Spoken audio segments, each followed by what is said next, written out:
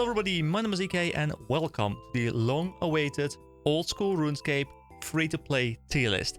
Yes, I completely dressed up for this one. I have a suit, I have a nice tie over here because I felt like this one was special enough where I wanted to come in well prepared. So here we go. I hope you like the layout. Today we're going to be chatting a bit about the quests. So before I dive into the actual tier list itself, I want to explain my reasoning as to how I'm going to be ranking these things. Because one of the things that I often struggle with when I'm watching tier lists is when people are going through tier lists, I want them to have set criteria by which they judge the list. Because one thing that I really hate is when I'm watching a tier list and one item on the list gets rated based on something, and then another item on the list gets rated by something entirely different. So the rankings don't mean anything because they're using different criteria for different things, and that just doesn't work in my mind. So I was thinking for a very long time, do I want this to be around the story? Do I want this to be around the enjoyment? Do I want this to be around the tutorialization, around the delivery, the writing level, just anything I could think of? And there were many things in my mind. At some point I was thinking, you know what, I'll do like 4 different tier lists, and I'll combine them into one based like a weighted ranking or something like that. But I decided that became way too convoluted. So instead I decided, you know what, let me just go and make this one very simple. Let me just base it purely on the enjoyment that I got out of these quests. I will take some objective stuff into the equation, but most of this will be a subjective list talking about my level of enjoyment as I went through these quests completely blind and enjoyed them on the series. So, without further ado, let's hop in. So they're in no particular order. I copied this list from someone else who had fortunately made this list already, so I could just like throw it in here because I was thinking like, hey, do I have to make this entire list myself? Fortunately, no, that wasn't the case. Someone else has already done this list, and I'm assuming someone else already did this tier list. However, you can see if I scroll up a little bit, these are all the member quests. So I had to, filter these out real quick so that I didn't have to cover those. And I guess some people have done like full quest tier lists of every single quest. So we're back where we should be, and let's talk about these quests. So I'll just start from left to right, and let's just see where we end up. So Vampire Slayer. Vampire Slayer is a quest that I did fairly enjoy. I thought it was a good quest. I don't remember as much about it, and I was thinking, do I need to go back and re-familiarize myself with the quests? But then again, I think the amount of stuff I remember about the quest is in big part a reason as to why a quest is or isn't good. And Vampire Slayer, what I remember from it is I had to go get some onion, and I had to go into Draenor Manor, and I had to go slap the Manor Lord, whatever he was called, the vampire guy. I had to slap him around a little bit and then drive a stake through his heart. The quest itself, it wasn't particularly interesting from a gameplay point of view. I thought it was rather interesting how there was like the stake mechanic where I had like put a stake through his heart or something at 1 HP, and I believe the quest was changed as well at some point where initially you had to actually use the stake as an item when he was low HP. Nowadays that happens automatically.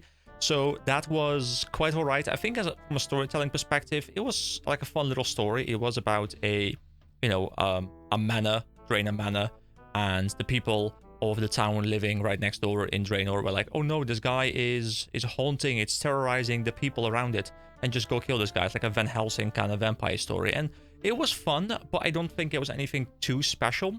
And these ratings, by the way, they're not final. I might change them around as I go, but for now I think Vampire Slayer would be alright. Now I want to preface this by saying that I don't think I have encountered any actually bad quests, so I'm ranking them relative to each other.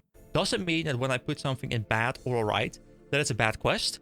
I just think relative to the others, they might be on the lower end. Because otherwise I would be putting everything in onion or in great or even in good. Because I think overall the quest design in OSRS is so much higher than it has been in, well, really any other MMO I've played, that I think if I compared them to the average MMO level, everything would just be like up. And we barely have a tier list, so that's just why I'm putting stuff in alright and bad as well, because there needs to be a tier to show relative differences. Alright, so X marks the spot. Now, X marks the spot was, I believe, the second quest I did on the channel. I did the cook's assistant, then I did X marks the spot. And X marks the spot is a quest that I did very much enjoy. I thought it was a bit weird, though. There was this wizard from Courant, I think his name was Vios, and he told me, hey, I have this orb that can show you where you're going. We had to loot that one first. We had to go to like this axe vendor, I think, and then like behind the cook's house, and then after that we had to like follow this stuff with like the hot and cold kind of thing. I think as an introductory thing for clues, a system that unfortunately, as I'm talking about this, I haven't really interacted with at all yet, and I should probably go do that. But as an introductory system for clues, I think it was a very strong introduction. I think it really showcases how it works, and from that point of view, I think it gets a lot of points just because it really explains the system very well by showing instead of telling.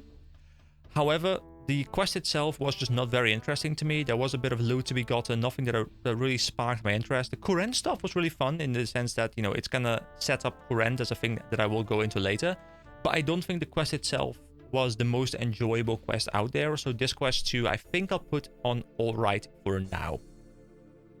Then, Black Knight Fortress. So Black Knight Fortress was a quest we got in Falador. By the way, I'm doing everything on top of my head right now, so I'm really curious to see how much I remember. But Black Knight Fortress was a quest that we got in Falador from one of the knights.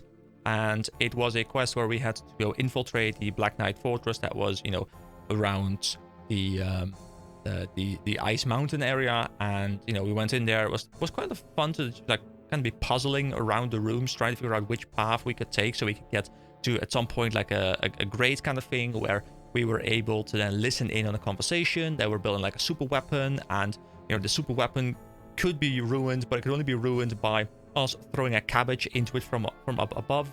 And I think from a gameplay point of view, the quest wasn't very impressive. I think the gameplay part where we had to go and explore the actual fortress, that was really fun.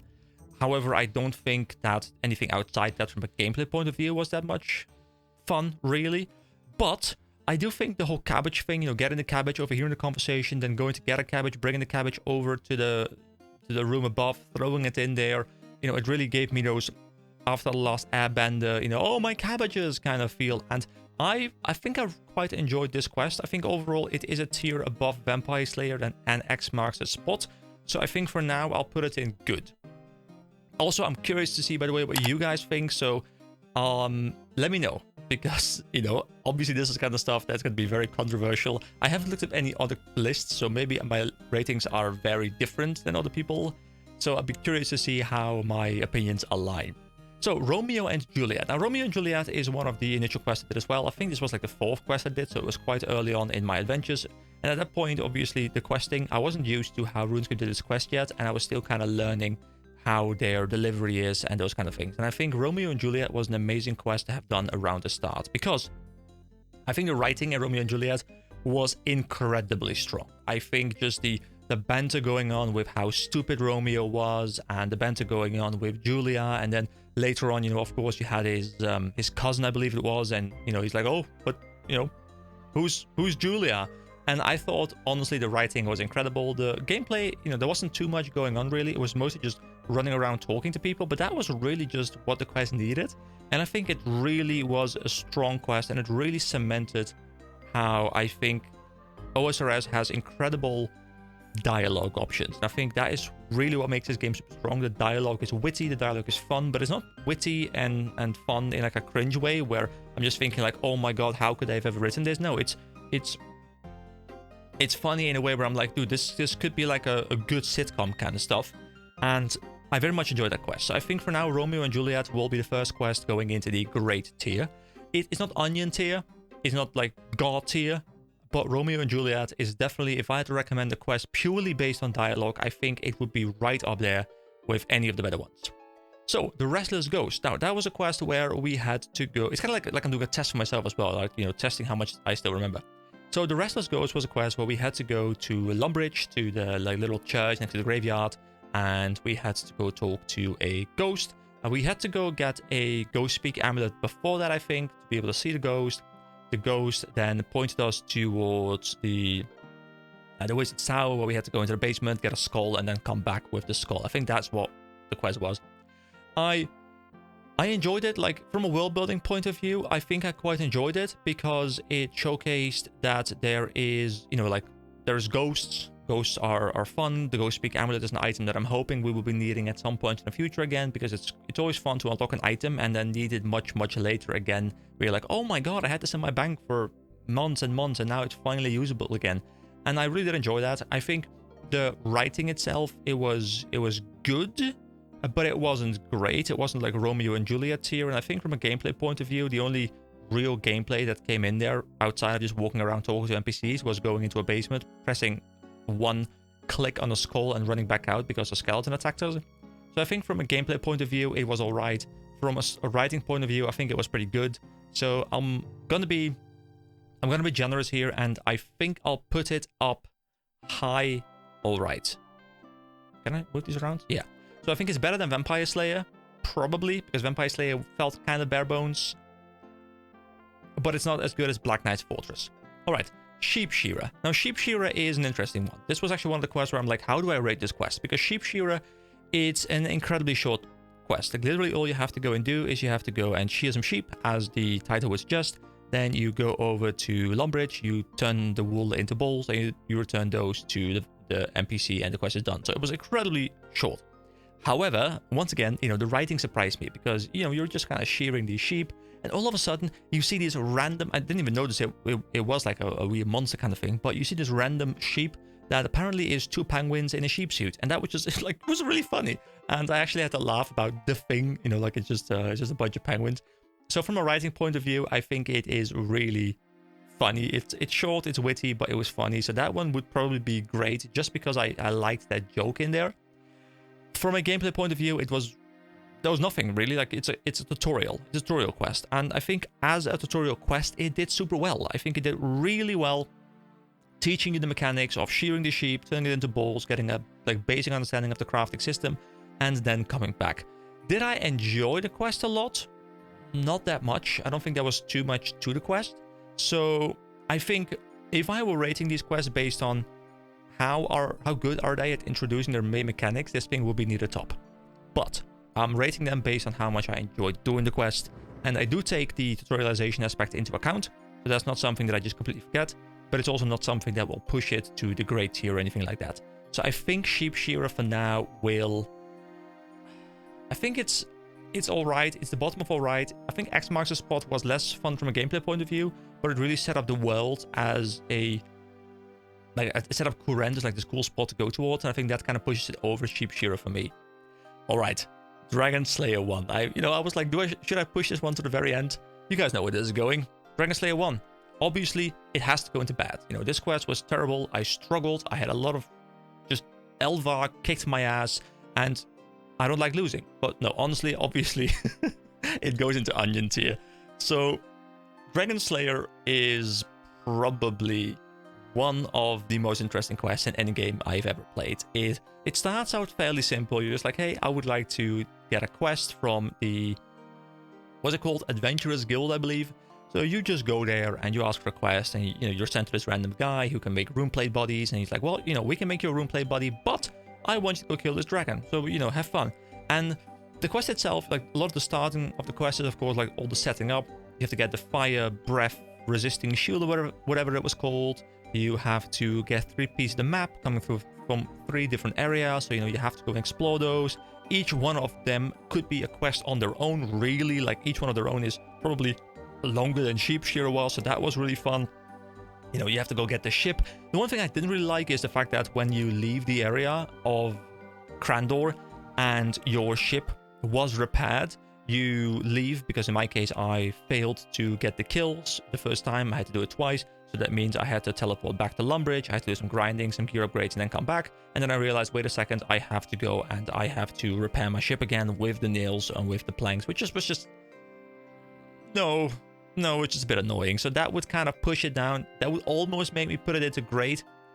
But honestly, the fight with Elvark, the fact that it was challenging, the fact that I was on the edge of my seat, the fact that I was kind of almost shot calling, or not shot calling, sorry, I was shout casting almost whatever was happening to me. I'm just screaming at the screen come on, get those heals, get those stabbies, and it was just really, really fun. And I had it as a premiere on my channel as well, so that it kind of, in my mind boosted a little bit, not because the quest was more fun, but the whole experience around the quest was great. And I just think Dragon Slayer overall was a really, really nice capstone to finish up free-to-play. So personally, I think it is the best quest in free-to-play.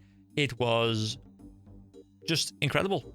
And the only downside I can see to it really is that whole thing about the ship repairing stuff. There was even a cutscene in there where the cabin boy died. Oh, rest in peace, cabin boy. RIPs in the chat, or F, or in the... I mean, to be fair, this might be a premiere, so put it in the chat.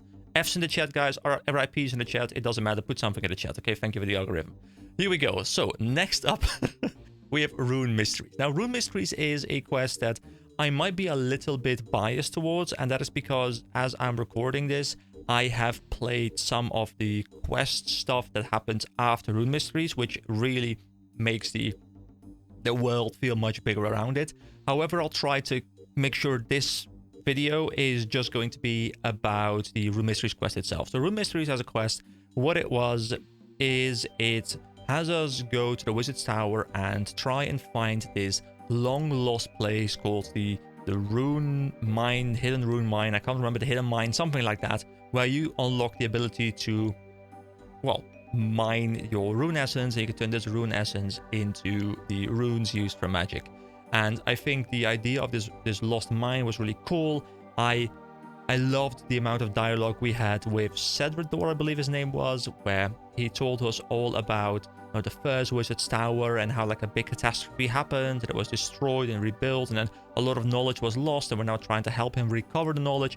All of that stuff I found fascinating. I love lore, I love world building, and I love when it's about, stuff from the past, ancient stuff, ancient magic, those kind of things. Like they always seem to grab me, and I think this quest delivered on that very well. From a gameplay point of view as well, like going into a whole different area with a different aesthetic was great. The ability to learn how to teleport from the NPC over in Varrock. There was just a lot of stuff to love about this quest, and Rune Mysteries was definitely one of the more enjoyable quests to me. So I think Rune Mysteries, I'm a little bit torn. I am torn. I think I'll put it top of grade. I'm not sure. I might put it under Dragon Slayer in Onion tier, but I think as much as Romeo and Juliet was great from a dialogue point of view, I think Rune Mysteries just had everything. Like the mystique, the gameplay was engaging, as much engaging as this game's gameplay ever gets, of course, in the early levels. But yeah, it was just great.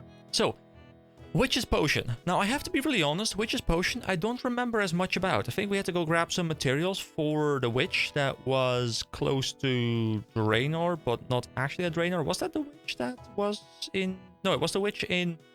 next to Port Sarim, wasn't it? I think? Yeah, I was trying to think, but honestly, I couldn't remember, and, I don't want to look it up, because, as I said, this tier list is kind of also based on, hey, how many memories did it leave me, and this quest didn't leave me too many memories. So yeah, I think it's a good way to introduce people to seeing where you can get different things, and that obviously is always good. Like a lot of these quests, I notice a trend where if you know what is coming up in terms of the items you require, it is very easy to just speedrun these quests. If you come with a full inventory of all the things you need, quite often you'll be able to finish a quest in a couple minutes. Now, my videos, of course, turned into like half an hour to an hour long journeys most of the time, because I didn't know what I needed, so there was a lot of running back and forth, and there was a lot of figuring out where I can get things, and then I got lost, and I got sidetracked, and those kind of things. So there was a lot of stuff happening, but the trend is really, if you know what you're doing, you can probably speedrun all of these quests in a single day, because a lot of them are not particularly difficult, outside of maybe Dragon Slayer requiring a significant amount of grind. However, I wouldn't be surprised if there's also ways to cheese that quest. So Witch's Potion, for me, it's kind of forgettable, really.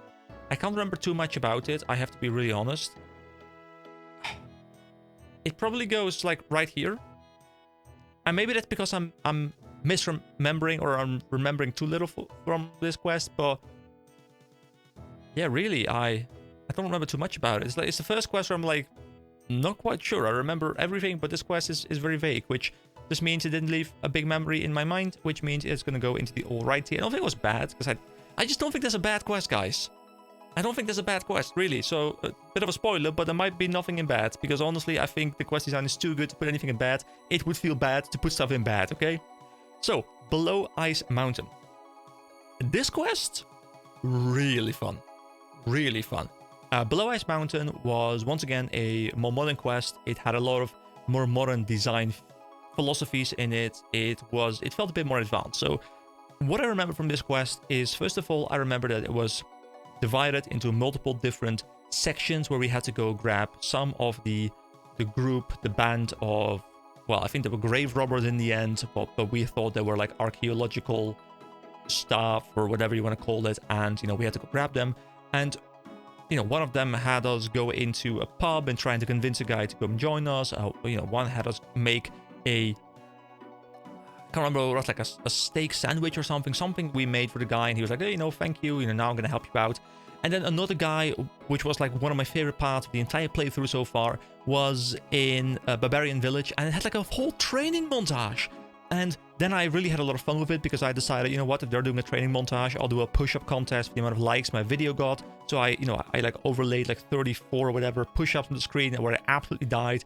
Honestly, the cutscene was great. You know, my vibes around it were great. I think Below Ice Mountain is one of the best quests in free-to-play, and you know, that is not even considering the final part, where you go into the ruins of Kamdozal. You know, you fight the defense golem. I had to go back out because I couldn't kill the golem. I had to go and try different tactics. So, you know, from a gameplay point of view, it was also a really good quest. You know, the combat was relatively challenging.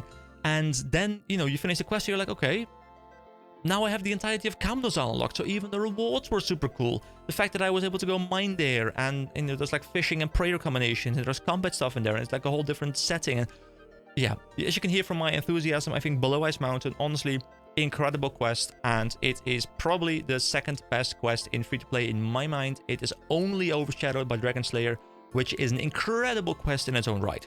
Alright, next up, Pirate Treasure. This was a quest where we were tasked with getting a map, which we got by getting the rum from Karamia through the customs over to the pirate guy. So he had his rum, and then he gave us a map, I think, and then that map allowed us to open up a chest in the Blue Moon in Varrock, if I remember correctly. And I have to say, this quest also was rather fun. I enjoyed going to Karamia. Karamia had a lot of memories for me as a kid, so going back there was really fun.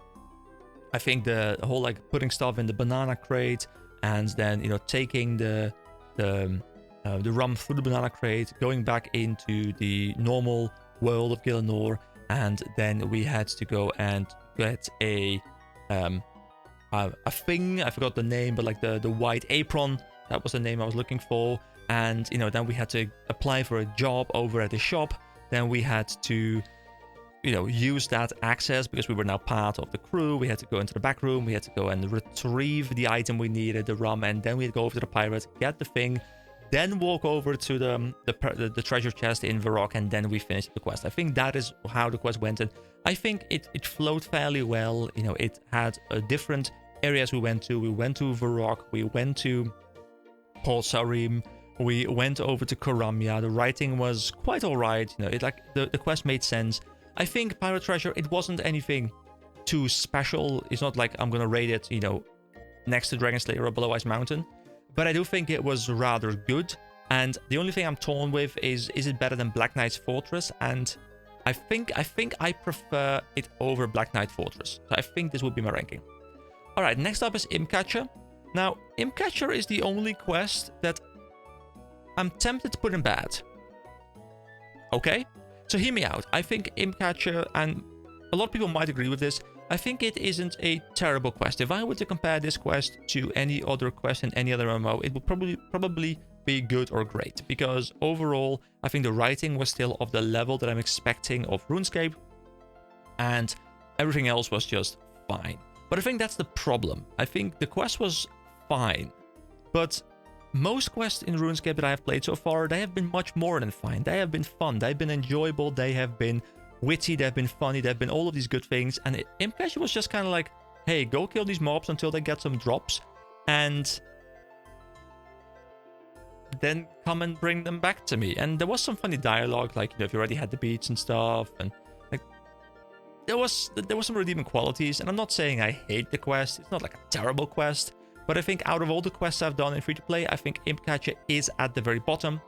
So yeah, I think it will be my only bad quest. Then, Ernest the Chicken. Now, Ernest the Chicken is a quest that I, once again, very much enjoyed, because it was a bit of a mystery. You know, we went into Draenor Manor, we had to go and interact with the environment a lot. To me, it was also very special because it was pretty much the first quest that I had done where I had to have this level of engagement with the surroundings, with the environment. In a lot of later quests, it kind of became the norm. Like, I knew what the game expected of me, but when I was doing Ernest the Chicken, I didn't know what the game was expecting of me. And like, there's like a whole puzzle in the basement, which was rather cool, like the whole puzzle to get one of the items And just overall, like the vibes were great, the door slamming sound effects were great, and the guy upstairs was like a very interesting character.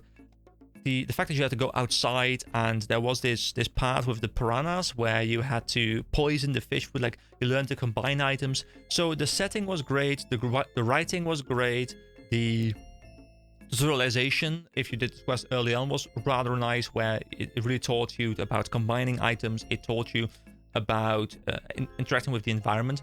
Now, can the quest be a bit unclear if you are truly new to the game? Yeah, I think if you start as a chicken and you have never played RuneScape before, and you haven't really played many games before, you are really going to struggle. Now, I had the benefit that even though my experience with RuneScape questing was extremely limited, at least I have about 20 years of MMO experience, 20 years of RPG experience, of other games experience, you know, under me. So I kind of know how games treat things, and I was able to figure it out fairly well, I think. But I can see the game, or the quest itself, being a little bit unclear if you are truly blind and don't have the prior experience from other games to fall back up on. Having said that, however, I think the quest in and of itself was just great, and I think for me this quest would be at the bottom of great. It's not better than Romeo and Juliet and Rune Mysteries. I think those are just like the top. I'm even tempted to, you know what, Rune Mysteries actually. Do I move it up to Onion? Nah, this is fine. Okay, Prince Ali Rescue. Prince Ali Rescue is an interesting one. I can see this quest being fairly hated by people. And the reason I say that is because Prince Ali Rescue is just a big list of items to go get, which is truly something that a lot of RuneScape quests have, but this one has it to the extreme. You're just wandering around, getting a pink skirt and getting dyes and like walking back and forth to Al Qarid and then walking back over to the prison again. I think the setup, the writing was remarkably good. I really enjoyed my time with talking to the lady who was the not the prison guard, but like the lady who was who was the boss of the prison guard. I forgot the name, but it doesn't really matter. But I really had a lot of fun just talking to the NPCs. I think the writing was good. I think the fact that we had to smuggle out a guy who's you know, I think they changed a lot of things about this because of well, whatever cultural reasons, but you know, the guy obviously was more fair-skinned, or not fair-skinned, and you know, we had to give him like a bit of a makeover so that people wouldn't notice that, you know, he was leaving. And I personally really enjoyed that. I thought it was really funny, and I don't know how much of the quest was changed. I think, you know, it's a very touchy subject that I don't want to get too deep into, but I think a lot of stuff in those kind of quests was changed because I'm sure someone felt offended by whatever was happening there. But I think the entire setting of having to change the guy's appearance and then smuggling him out, like, I think that was really fun. Copying the key as well with the wet clay, and then, you know, like borrowing the key for a second, so then we could go back to Al Qarid, we could copy the key. I think that was really well written as well. I think just overall the quest made a lot of sense. Now, it's still, from a gameplay point of view, a lot of just collecting things, but honestly, that is a lot of what RuneScape is anyway, so I'm personally kind of fine with that. And I think this quest to me goes right here. It's at the bottom of good. It's not a great quest. I don't think I would be happy to like grind this quest or whatever, but it's also not a terrible quest.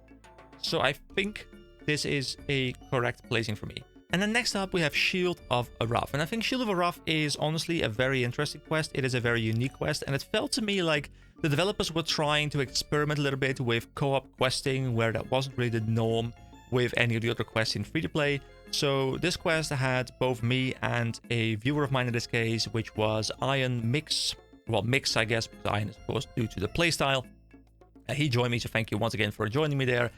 And, you know, we had to both get a piece of a shield, so that means I had to join one gang, he had to join a different gang. They both possessed a bit of a shield. Now we had to go combine them together kind of at the very end to be able to craft a full shield and get the reward from it. The reward from it was kind of whatever, but the experience of doing the quest was quite fun. I did enjoy having to coordinate with someone. Now I can see this quest being a bit annoying because of that as well, because you can get into a situation where, you know, you want to do the quest, you can't repeat the quest, nobody is available to do the quest with you, and you are just kind of stuck not being able to complete the quest. Fortunately, I had the benefit of being a content creator, and I fortunately am blessed enough to have some viewers who will be more than happy to join me on these kinds of quests.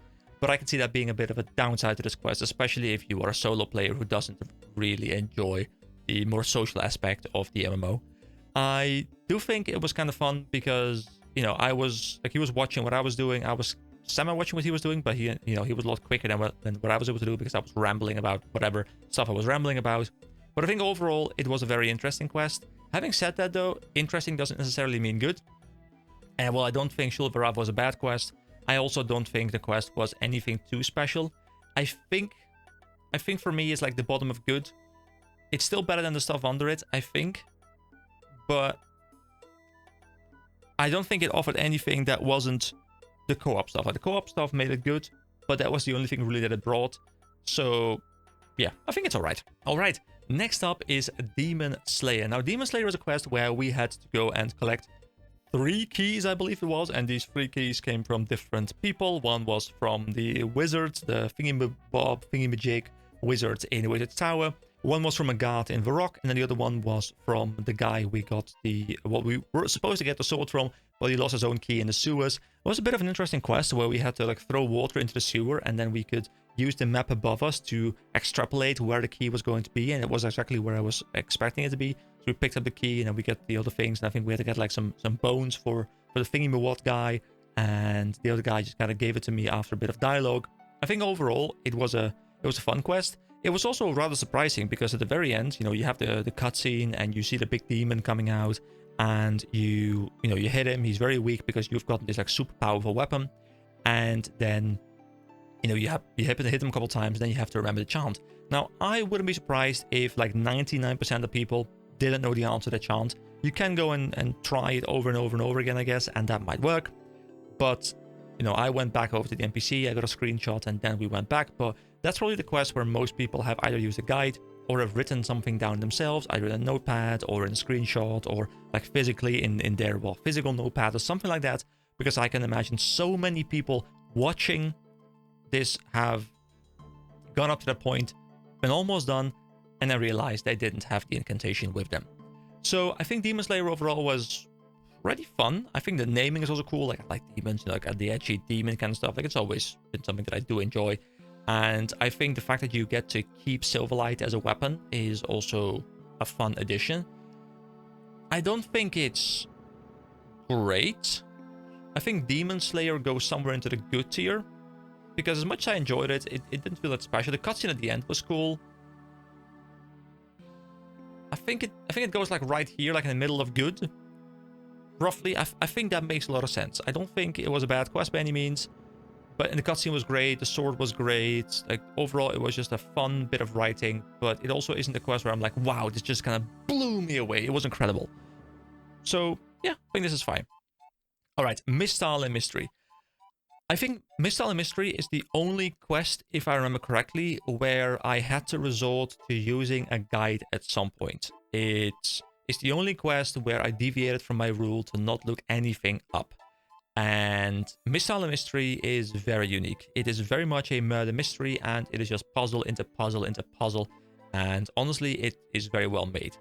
The puzzles can be convoluted. The puzzles can be maybe a bit too extreme. Maybe the puzzles were too difficult for some people, including me. However, having said that, I'd rather have puzzles be too difficult and, having to resort to a guide at some point than having them all be super easy. So I really enjoyed this quest. I think the writing was really strong. The fact that we got set up by the people who sent us to the island in the first place, they turned out to be the murderers. There was like a really interesting boss fight. Mechanically, it was a bit wonky with like the people coming out of the closets, and you had to like shoot like darts or something back at them with a mirror. It was a really interesting way to design that. The murderer was well designed. I like the fact that we held the murderer's knife at the very end. I enjoyed all of the little murder sequences where people got murdered, and you kind of got to watch the scene unfold. The puzzles were fun. Like, there was one with the piano, which was dead, I think was the answer, which was really fun. And the only one I kind of got stuck on, first of all, I got stuck on the one with the torches you had to light, because I didn't realize you could light torches. So like, it was really weird because I was looking for something to explode, but I guess I didn't see the torches or the candles. And then also, like, later on, you needed to find the word half, I think, to figure out that you had to go to one of the fireplaces, and there was like a mechanism in there. You had to input the gem codes into them. Like, it was quite something to uncover. But I think overall, I did really enjoy this quest. Like, the gem-colored doors were great. It's just, the music didn't change. it was unfortunate. From my understanding, my comments have since informed me, and they have told me that Misty and Mystery is a quest that came in, I think in 2017? I think this was the 2016 Halloween event, and then it was so well loved that instead of it being a Halloween event, they decided, hey, we will turn this into a quest. So they kind of like ported it over into a quest format, which I think is why it doesn't have its own track. I think they could have used a more spooky track because it's a murder mystery. That was kind of a bit of a bummer. But outside of that, I think it was just really well done. And to me, Misty and Mystery, I think I want to put it up to the bottom tier of great. I'm tempted to put it either top good or bottom great. I think bottom great works well because there were some things that were just maybe a little bit too convoluted, and I can also see a lot of people not enjoying it. But personally, I do enjoy this kind of quest, so yeah, I did enjoy this quite a lot. All right, Goblin Diplomacy. Now, Goblin Diplomacy is a quest where maybe I'm a little bit biased. Because honestly, the quest itself, like from a gameplay point of view, you just had to go grab some goblin armors, you had to then dye these and then bring them back. But the way it was written with the whole like fashion show where like one guy was wearing a certain color and then the other guys had to go rate him and they were always like, no. The dialogue where they're talking to each other like fart face and whatever, wart face and something else, I forgot the names of the generals. The generals had like extremely witty remarks to each other. It was all like, blue armor, no, red armor, and I had like a lot of fun doing the voice acting for them. So to me, this quest maybe is bumped up a lot because I made it really fun for myself, where the quest maybe itself wasn't that great. I was also able to predict the ending, where in the end they turned out they did want the brown one as opposed to just wanting the colored ones, which was the original color they had anyway. So for me, it is truly a top tier quest, and I would put it in onion tier because of my level of enjoyment. But I have to admit, I think a lot of the enjoyment came from stuff that I created myself with the quest, and I don't think the quest itself was that great. I think it was just the dialogue that just really, really grabbed me. And I want to put it in onion tier, but I think just purely based on all the objective factors that I want to take into account as well, how there wasn't too much going on besides just getting armor, dyeing the armor, going back. I think I have to put it in great. So for me, I think it goes here. So it's better than Romeo and Juliet because I think the dialogue was like another level, at least to me personally, because the way I played it. But Rune Mysteries, just like it has a whole layer of depth to the world, and I think that quest was just better. So I don't think I can put it into onion tier for that simple reason. All right, Doric's quest. Doric's quest is the sheep Shira of mining. Doric's quest was just, hey, I am the guy who sells pickaxes. I sell these pickaxes to the people down in the mine below. How about you go get me some ore and, be done with it. I did enjoy more than sheep Shira, I think. But that's because I enjoy mining a lot. Like mining, smithing, who used to be like a thing that I did a lot. And I kind of enjoyed the lore connection to the pickaxe vendor down below. So like you really had a bit of a connection as to who made those pickaxes, but then they're being sold through a different NPC. And I kind of like that. But having said that, I don't think the quest had anything too great in it because it was just mining. So I think Doric's quest will have to go here. I mean, to be fair, sheep Shira did have the thing, and the thing was really funny. But I think the thing doesn't carry hard enough to put it over Doric's quest for me. But these quests could be intertwined. I think either one of them, like they're both introductory quests for their particular set of skills for their, for mining and for crafting. So I think they could be either one, like in either order. I think it's totally like up to personal interpretation. All right, the Knight's Sword. Knight's Sword is, it kind of feels to me similar to Doric's quest. Not similar in the way the quest is structured, but it was also a bit about mining, a bit about smithing. We had to go and replace a sword that was from one of the knights in Felidor, and the squire lost sword, I believe it was, and we had to go recreate a counterfeit one so that he wouldn't realize that they were gone. So, we had to go and sneak a picture, which we did by going into the cupboard in his house, in the castle, in his room. The weird thing is the dialogue there said something about you have to go and distract him, and then it also felt like the dialogue was written with that in mind, but there was no distracting to be done. It was just go into the cupboard and grab the picture. So I'm not sure exactly if something has changed there during the years, but to me it was a little bit weird how that dialogue was there, but didn't align with the gameplay. I did enjoy the fact that we then had to go to another Camdazal dwarf, who I think we were able to mention too that we had seen a dwarf in the Below Ice Mountain quest. So there was a nice bit of a tie-in. Now, unfortunately, Below Ice Mountain came in a lot later, so there wasn't too much tie-in, but at least there was some level of tie-in. And then we went into the, what's it called? Like, was it called like Asgardian Ice Cave or something? Or I don't know. Like, there was at least a cave under there where we had to then go and get some Blue-Rite, where I died. But you know, that was because I was being a pleb. Was being bad, guys. Sometimes I'm just bad. Okay, it happens. But I enjoyed the fact that we had to go explore that. We had to go into a dangerous area, go grab the stuff we need, bring it back to him, craft the sword with the shield. Sorry, not with the shield, with the picture. And then bring it back to the squire so that he could then give it back to the guard, to the prince, wherever it was. The knight. Sorry, it was the knight. It's a knight's sword. So yeah, I enjoyed that. I think it was fairly well designed. Now, it isn't near the top for me. It's fun, and I think the knight's sword for me goes into good, and it goes the top the top of good. I think it goes to the top of good. And I really enjoy the reward because, as I mentioned, I love smithing, and this one gave a tremendous amount of smithing experience, which was just really great to me. But I don't think that carries it enough to put it into great. But it was an alright quest. Alright, Cook's Assistant. Now, Cook's Assistant is kind of like Doric's quest and Shira. This is the introductory quest for cooking, which I think was more interesting than Doric's quest and Shira because there were more ingredients to be stacked up on top of each other. There was the whole... I think we had to go make... Was it a cake? I can't remember, guys. It's literally like episode 3 or something, so it's been a little while. But yeah, I think we had to go make like a cake or something for one of the Duke's birthdays, and he forgot, or he had already eaten everything, or like I can't remember, but there was a reason why he couldn't make it himself. So we had to go and I think we had to go get some eggs and some flour. We had to like process the flour. So I think honestly, it was a pretty good quest. It's probably very nostalgic to a lot of people because it's the first quest most people do. Like you literally spawn like 10 meters from the quest, so it's really close by as well. And I think to me, as much as it's an introductory quest, I think it's much stronger. And I mean, hold on, where did it go? Hold on. Did I just... Cook's Assistant. I mean, to be fair, that's roughly where I would put it. I think I might even put it here. It might even be in good. Would it be higher than good? Honestly, I'm a bit torn on this one. Like, I'm almost tempted to put it into great, because I think it just does what it does extremely well. It's very rememberable. It is also just well written. It is well executed. It is short. It teaches you how to cook. Yeah, I think I'll leave it here, but this one is very much up for debate. And then finally, we have the Corsair Cove, a very new quest. Now, Corsair Cove is a quest where we run into a ship's captain who realized that his entire crew is sick. So we go over there and we investigate why they got sick. The crew then all think, hey, it's because of this or that curse. You know, we have to go investigate ogres. We have to go and investigate some relic that was stolen there.